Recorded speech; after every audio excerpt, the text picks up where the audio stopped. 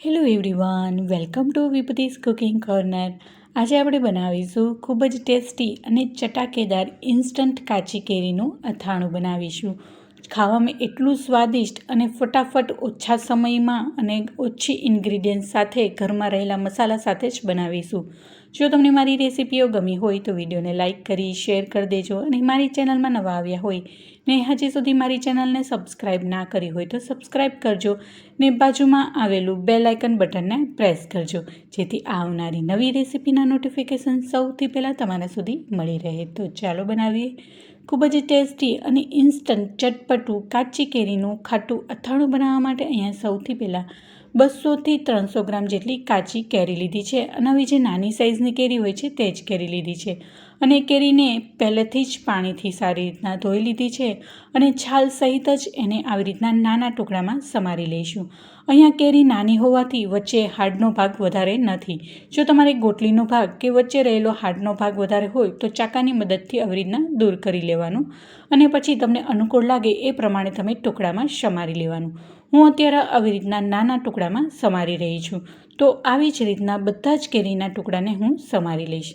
અને આ અથાણું ખાવામાં એટલું ચટપટું અને મસ્ત ટેસ્ટી બનીને તૈયાર થાય છે કે ફક્ત 10થી 15 જ મિનિટમાં ફટાફટ બની જશે, અને ખાવામાં પણ એટલું સ્વાદિષ્ટ લાગશે. અને આ અથાણાને તમે 10થી 12 દિવસ કે પછી 15 દિવસ માટે સારી રીતના રાખી શકો છો. અને આ ઇન્સ્ટન્ટ અથાણું છે એ ઘરમાં નાનાથી લઈ મોટા બધાને ભાવશે, અને એટલું ટેસ્ટી બનીને તૈયાર થશે. અને આ અથાણાને તમે રોટલી, ભાખરી, થેપલું સાથે ખાઈ શકો છો. તો આવી જ રીતના બધી જ કેરીને મેં ખૂબ જ સારી રીતે નાના નાના ટુકડામાં સમારી લીધી. હવે તેમાં મસાલા એડ કરીશું. તો મસાલામાં સૌથી પહેલાં અહીંયા મેં નાની ચમચી જેટલા 5 ચમચી જેટલા રાઈના કુરિયા એડ કર્યા છે. અહીંયા તમે મેથીના કુરિયા કે ધાણાના કુરિયા પણ લઈ શકો છો. અત્યારે હું માત્ર 5 ચમચી જેટલા રાઈના કુરિયાનો જ ઉપયોગ કરી રહી છું. રાઈના કુરિયા નાખ્યા બાદ તેમાં 1 ચમચી જેટલું હળદર પાવડર, 1 થી 1.5 ચમચી જેટલું કાશ્મીરી લાલ મરચું પાવડર. અહીંયા મેં 1 ચમચી કાશ્મીરી લાલ મરચું પાવડર અને અડધી ચમચી તીખું મસાલો એટલે કે તીખું લાલ મરચું પાવડરનો ઉપયોગ કર્યો છે. કાશ્મીરી લાલ મરચાંથી અથાણું છે એકદમ લાલ ચટાકેદાર બનીને તૈયાર થશે.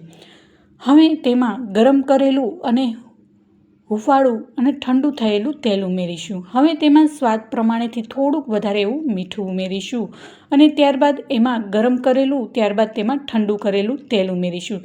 તો અત્યારે મેં 1/4 કપ જેટલું તેલ ઉમેર્યું છે, બાદમાં ફરીથી ઉમેરીશું.